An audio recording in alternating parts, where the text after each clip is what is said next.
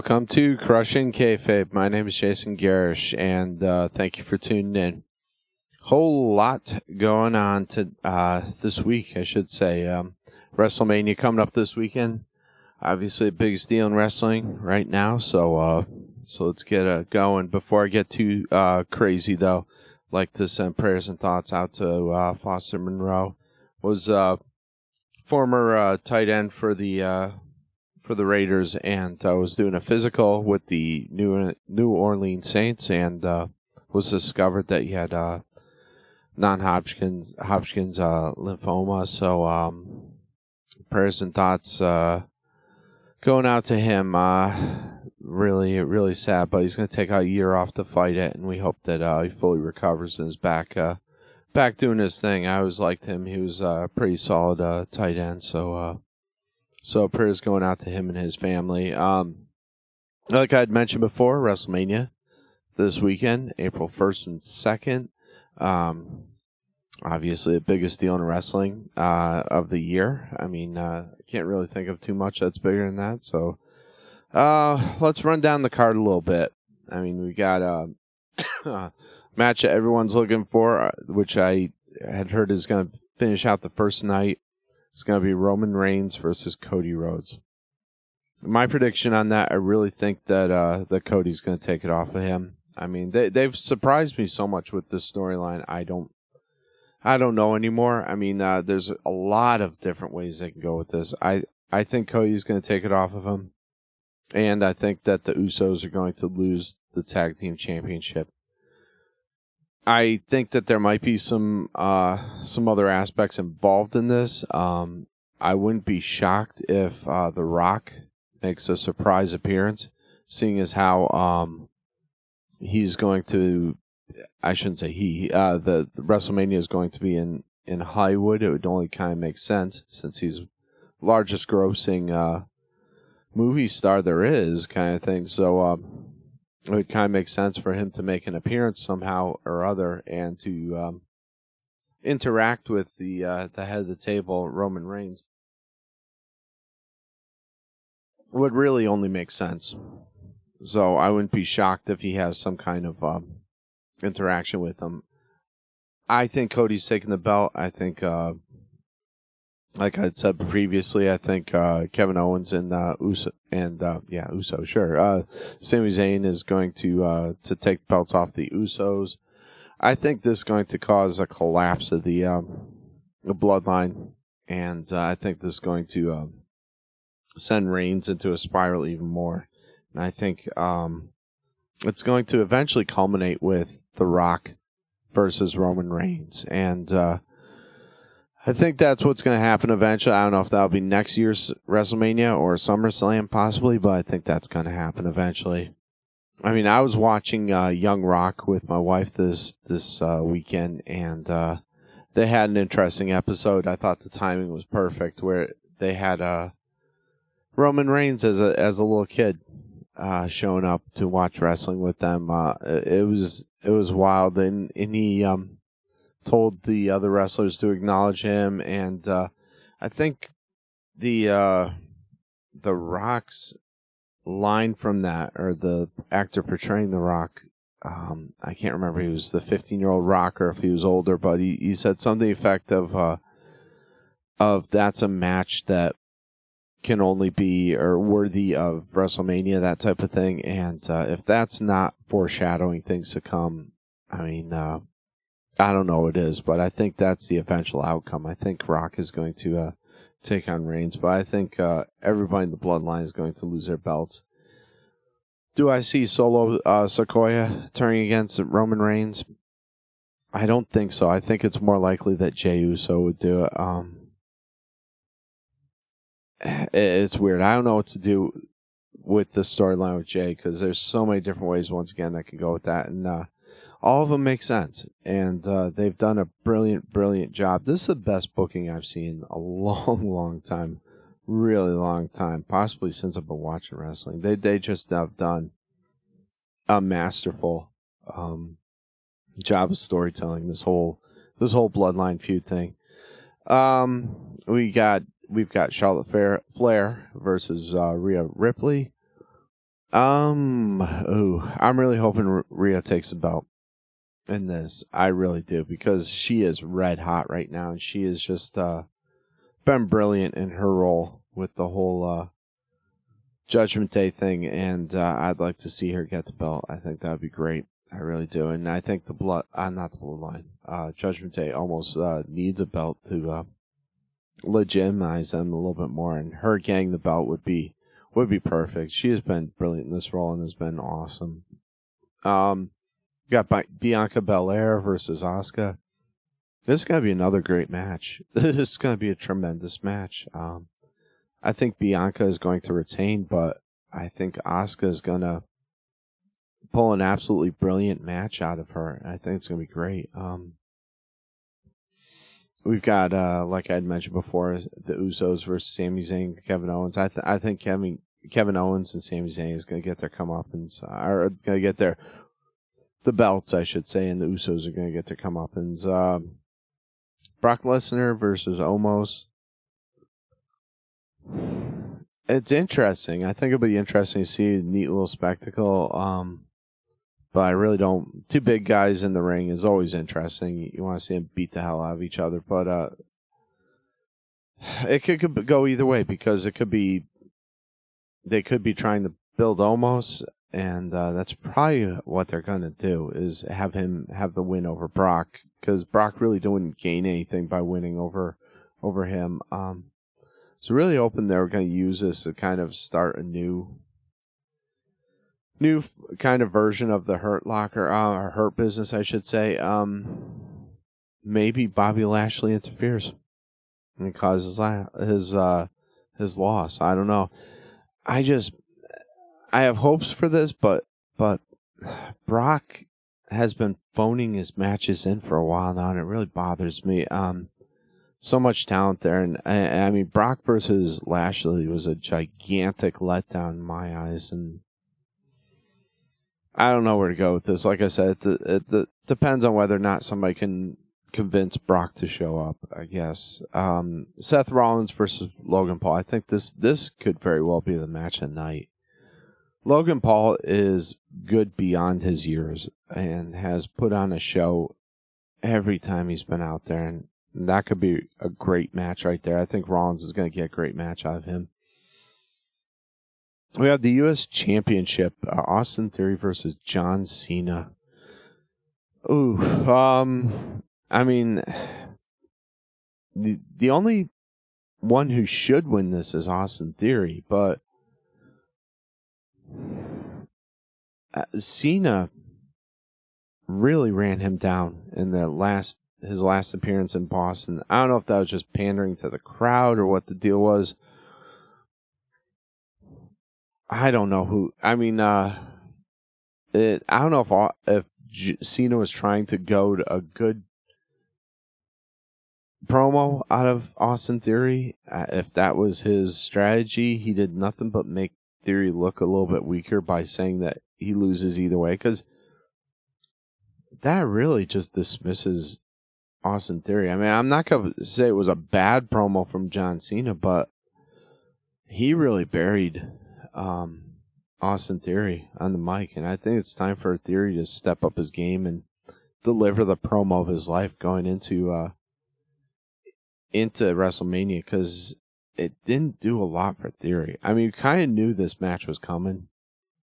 I hope that Cena doesn't have a lot of ring rust on, because this has possibility of being a great match. I have yet to see a weak match on this card so far. I mean, but we'll see how this ends and how this all works out. I think it is heavy on Austin Theory's shoulder, and he better rise to the occasion, because I think he has an absolute ton of potential is the word I'm looking for. So hopefully he rises to the occasion and does this, puts us all over. We have Becky Lynch, Lita, and Trish Stratus versus Damage Control. I think it's going to be a good match. I mean, obviously, Trish Stratus is going to have a little more ring rust than Lita, because Lita's been teaming up with Becky Lynch. It should be fun. It should be fun. I'm kind of hoping we see the end of Damage Control soon because this team is boring me. So far, aside from this and the Lesnar match, are probably the two weakest I've seen so far. Yeah, it'll be fun, but I'm not really holding out a lot of hopes for it. I think Stratus is probably gonna have a lot of ring rust unless she's been working lately. I don't know. Edge versus Finn Balor. I take my words back. I think this is gonna be a snooze fest, and that's too bad because both these guys, Edge is great. Balor has a ton of talent. He's a good worker, but I think out of all of the people on the Judgment Day, I think Balor is the weakest as far as promos and as far as ability. He's the most boring, and Edge has been kind of paint by numbers. So we'll see. Hopefully they can tell a story. Hopefully they can make it interesting. The fact that it's a Hell in a Cell makes me think it's going to be weaker than it should be, only because it's going to limit the interference of the other members of Judgment Day, and that's going to limit the ability to tell a story. So unless they come up with something, because previous to this, the storyline with the Judgment Day and with Edge and all of the people who have interacted with Judgment Day has taken precedence over the actual matches themselves. So we'll see how this turns out. Hopefully creatively they come up with something. We've got the Intercontinental Championship, Gunther versus Sheamus versus Drew McIntyre. I think that's going to be, if they put this on the second night, that could very well steal the show right there. That is going to be a great match right there, I think, in my personal opinion. Who's coming out for a winner? I hope they keep it on Gunther. And then that's probably going to create more of a feud between Sheamus and Drew McIntyre and continue that. Either way, that they have great matches. So I think if I was booking this, I would probably put Gunther on top and continue the feud between Sheamus and Drew McIntyre kind of thing. Liv Morgan and Raquel Rodriguez versus Natalie and Shotzi versus Ronda Rousey and Shayna Baszler versus to be announced.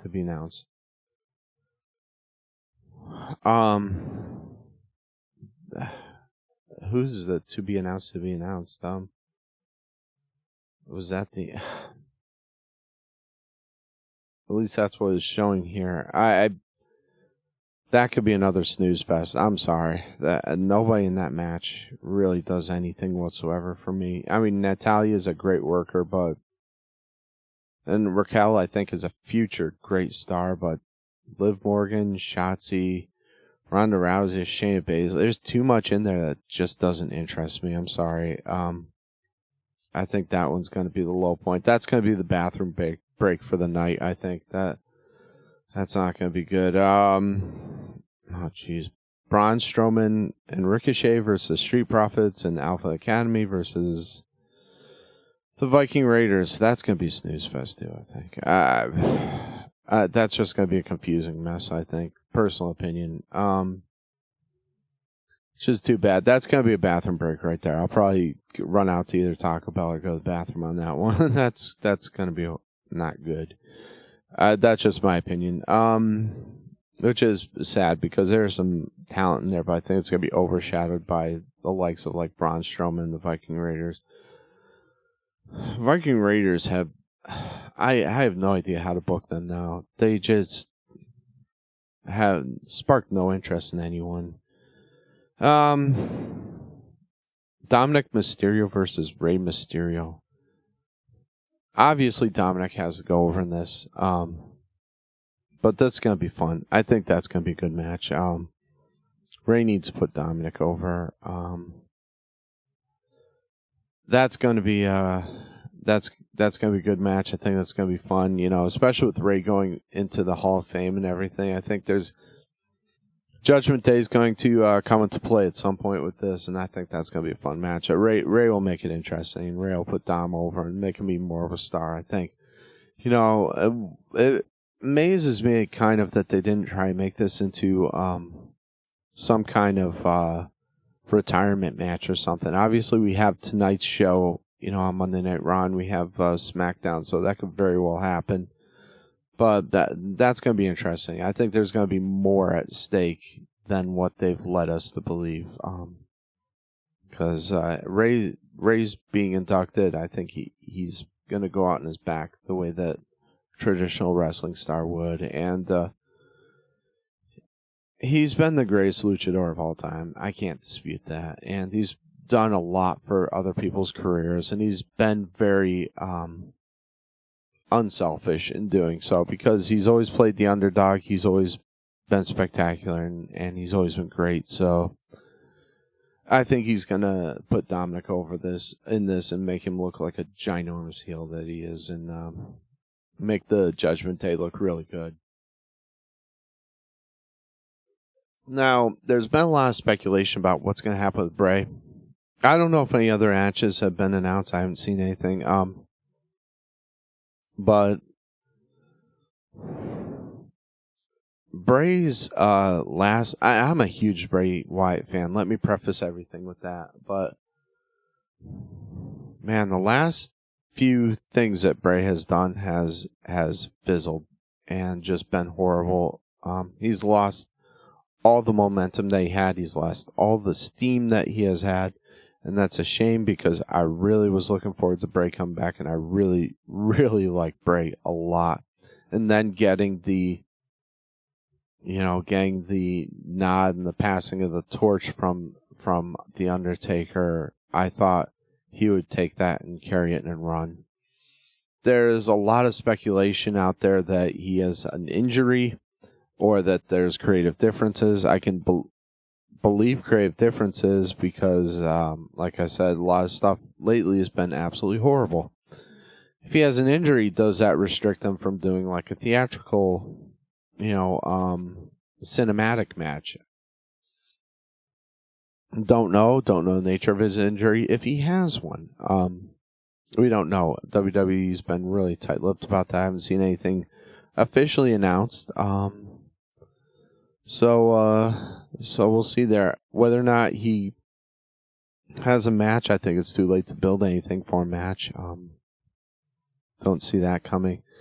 LA Knight's been talking about wanting a match with someone. I've heard some interesting theories from fans that he's going to come out and demand a match from somebody. I mean, couple of possibilities that pop into mind immediately. Stone Cold Steve Austin or The Rock. Potential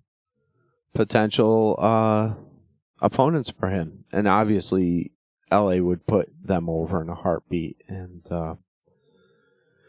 have no trouble doing so. I'm hoping that after this WrestleMania they start building him, because I really enjoy LA Knight. And I loved his work in NWA. I loved when he was teamed up with the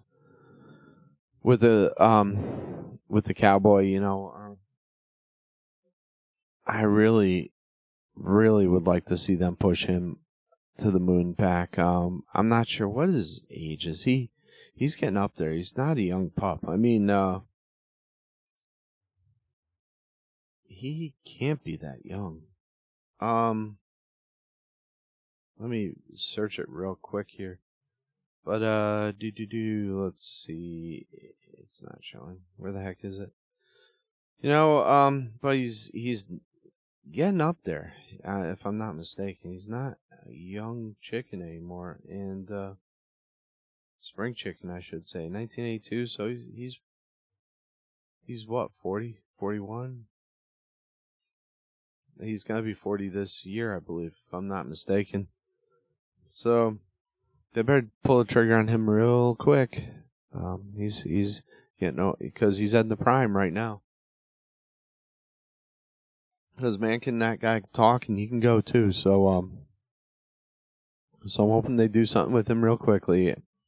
I think he's going to be involved at WrestleMania somehow. I really do. Obviously, like I said, it'll be interesting to see what they do tonight. It'll be interesting to see what they do on Friday. I don't expect to see a whole lot wrestling on Friday night, because they're probably going to be building stories up and you're probably going to see a lot of, what's the word I'm looking for? You're going to see a lot of one-side matches and whatnot. So I don't see that much happening Friday night except for storyline build, because obviously you don't want somebody to get injured going into 2-night WrestleMania. But that's the card as I know it right at this moment and as I can see it online. So we got a pretty darn solid WrestleMania. Man, I wish they'd go back to one night though. This 2-night thing is killing me, but it should be fun. I'll be able to watch it and experience it with my son Waylon, and hopefully he enjoys it, because it's gonna be a long night, long 2 nights, man. Hey, not a whole lot going on the AEW front, is there? I mean, we saw Wardlow unfortunately lose his bout, which I'm glad it was to Powerhouse Hobbs, but still, I wanted to see him have a good run. And I want to see him. I'd love to see him someday take the championship belt. The heavyweight. I think he's destined to do it, and I think there's a star right there, homegrown, that they need to build on and build fast. They need to strap a rocket ship to his back and build him up, because they're not doing a whole lot with him, unfortunately. Not doing a whole lot for him, unfortunately. But that's really about all I can think of off the top of my head. Hey, thank you guys for tuning back in. Last 2 weeks, I've had a wicked sinus infection, and it's finally at the point now where I can actually speak. I'd pretty much lost most of my voice, which sucks for a singer. But I'm glad to be back. Glad that people are tuning in, and thank you so much. And feeling a whole lot better, thankfully. So thank you everyone out there. And let's. I've got about 6 minutes left on the show, so let's do a quick rundown of promos and whatnot. Thank you everyone for tuning in. When you're at it, check us out on CrushingKayfabe.com, Crushing with a K. Also, we have our Patreon account. Search for Crushing Kayfabe there. Crushing Kayfabe, Crushing with a K, obviously. And while you're at it, check us out at Then and Now Flea Market. We have a booth there where my wife has some handmade items, and I have some of my CDs there for sale. So tell them that Crushing Kayfabe sent you, and check out Trenton Tabletop and Arcade. And once again, like I said, tell them Crushing Kayfabe sent you. Prayers going out to the Ukraine, as always. Hopefully settle things there very soon. That dispute has obviously gone on way too long. But yeah, prayers going out to them. And once again, like I said, thank you everyone for tuning in. It's good to be back on. It's good to be feeling better. And thank you everyone. God bless. Hopefully WrestleMania lives up to expectations, and I'm looking forward to the post WrestleMania show and giving my opinions on that. So thank you everyone for supporting me. Thank you for tuning in, and God bless.